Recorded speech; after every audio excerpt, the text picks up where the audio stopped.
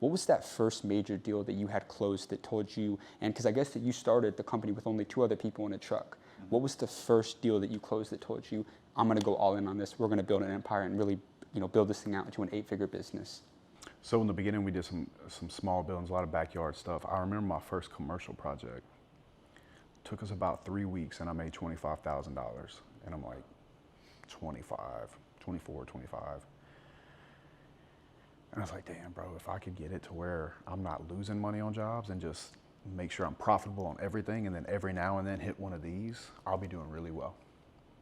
And right about then, I started reading E-Myth and started putting systems together, and I hired an estimator. And hiring that estimator is really important because what it did for me is it put me in a place where I had to bid a whole lot of work, which means I had to find men. And then we had to grow, and then I had to create schedules, and then we had to have project managers. So I like shoved myself into it growing. And we definitely had our bumps. We still have growing bumps. We still have blocks where we're trying to grow, and we're like, how do we figure out how to do this? So those things are always happening. But for me, it was probably when I made 25 grand in a very short period of time. And then I did a roof, and I think I made like 50, 60 grand in like some stupid, like 2 weeks. Yeah. And I'm like, oh shit, these roofs are good.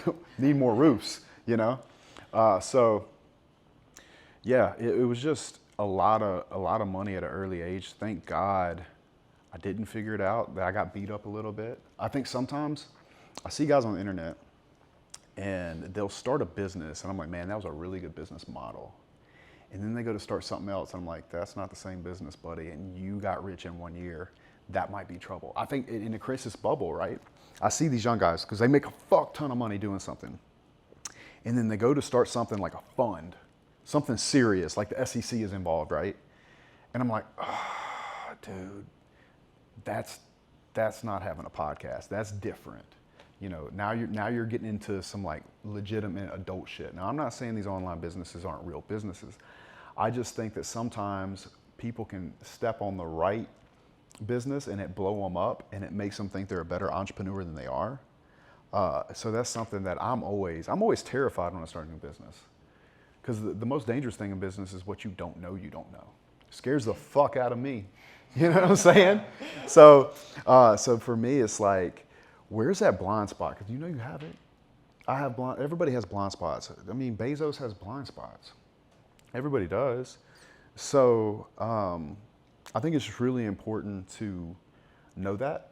And no matter what you do, go find some people that know about your blind spots, because more than likely, they've already had their leg blown off, and you don't necessarily have to.